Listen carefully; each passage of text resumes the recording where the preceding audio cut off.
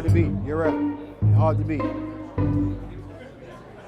I'll be ready for you. I'm looking at you right now. I got my eyes on you. One of my eyes anyway. I got a bad one over here. I got a bad one. I'm looking at one eye. You know, I'm related to Sammy Davis. You know.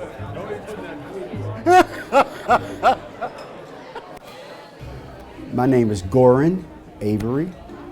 I am a restaurant professional, waiter at the Highlands Bar and Grill at this time. Been here for going on 32 years in November of this year.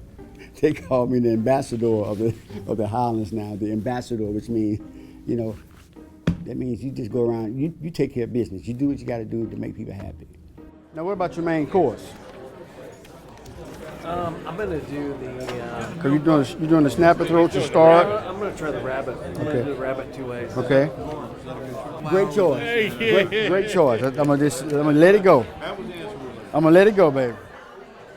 Got a little name called Red Dog, red complexion dog of a man, and that's how the name Red Dog came out. I was a bad dog back in the day. I was chasing women, having a good time, drinking and going out, you know, with several different women. And now I'm a good puppy, old puppy. I stay on the front porch and just bark very slowly, woof woof, and stop trying to chase, you know.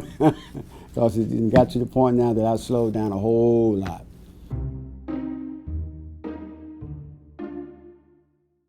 In '71, I applied for a job at the Hyatt Regency downtown. Met a friend of mine by the name of Frank Steele at the Hyatt.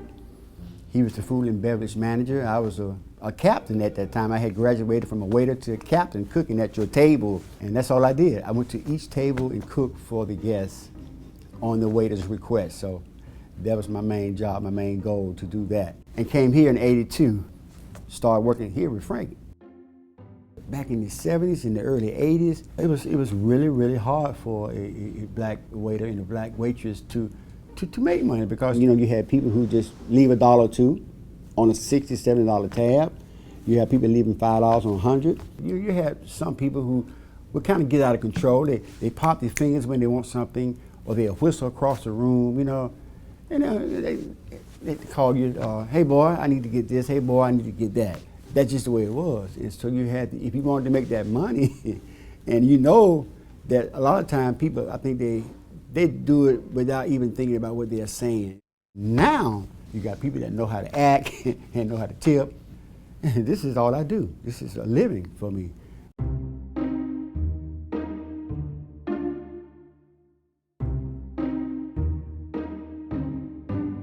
You know what? It's all about reading a table before you get to the table, okay? If you don't want to just jump in and interrupt them from talking, you have to kind of like hang out close enough so you can get an opportunity to step in. If they give me just a moment to get in there, I'm gonna dash in. You have to know when to step in and when not to step in. Because people come here for business meetings, and they come here to talk about things. And a lot of times they don't want to be interrupted, so you have to know when to back off. And as soon, like I said, as soon as you get that opportunity to get in there, can I get you a cocktail or a glass of wine? Would you like to see the wine list? And, you know, you'd like to hear the special drink of the day. And so you go ahead and get that going. And when it's time for dinner, and they're gonna ask you some questions, they're gonna wanna know, what do you recommend?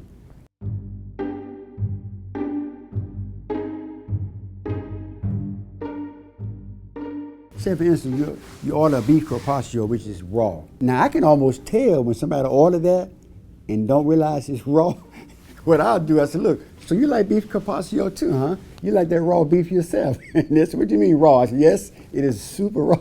So you have to kind of read when they order, you can tell in a way. All they see is beef carpaccio. It doesn't say anything about raw.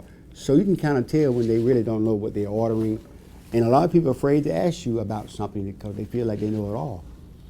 And so that's when we have to kind of be sharp enough to realize that. And I never have many complaints on things like that, because I try to take care of it before it gets to that point.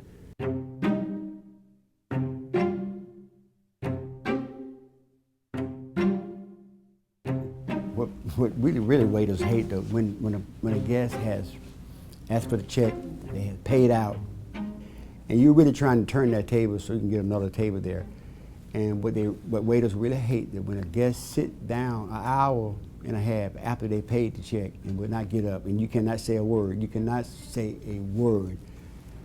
And sometimes people over salt their food. When they first get their food, they look at it, they start doing that with the salt shaker, okay? And then they want to complain about it being too salty, but then you cannot say anything but just try to get them what they want, take it away. And so it's just waiters. People who have special needs, and some people just have this more complaint. And a lot of times I have people come to complain on me because I may spend more time with this table than I do with your table because they're having more fun.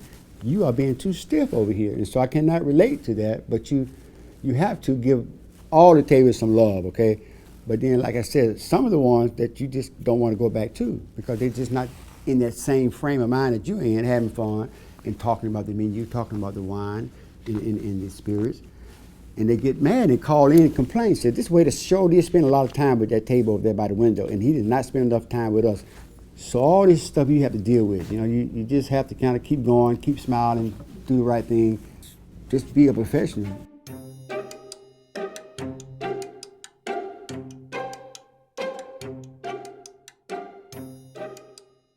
The younger generation of waiters, they want to get fast money and get out, okay? And it's not about that. They don't want to know about a wine and what's the grape, where it's coming from, and they don't want to know anything about, okay, how you prepare something from the beginning to the end. They just want to know, okay, this is good, the group is good. It's all good, whatever you order, it's going to be good, and what else you want to get, what else you want to drink. And kind of, instead of just making it sound interesting, they just kind of go through it quickly. And I noticed that from other places now, not here because we don't play that stuff. you be in trouble, baby. Myself, I go through the whole 9 yards, you know.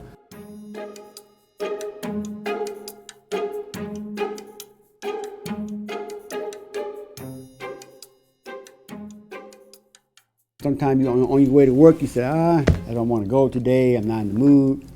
But when you get here and start talking to some of the guests that you know and some of the employees, it's just all of a sudden you get this burst of energy, after I have me a cappuccino or two. And so it motivates you when people come in and they're having a good time and they're all kind of like enjoying themselves and you having a good time talking about the food and everything. It gives you that boost of extra energy. Just kind of, you're on stage, in other words. This is a performance that we do when the curtains is pulled open, you just do your thing. And when the curtains is closed, you can just take a deep breath and say, whew, that was a long day. And like I said, I know when to back off, I know when to approach. And at the end of the meal, they said, Goren, you did a great job. Please don't go anywhere. Just, try to stay as long as you can, because I'm always, for the last several years, I'm always talking about retiring and doing what? Nothing. Just sitting around the house and being miserable. But I can't stop until I get to the point where I can't do it no more.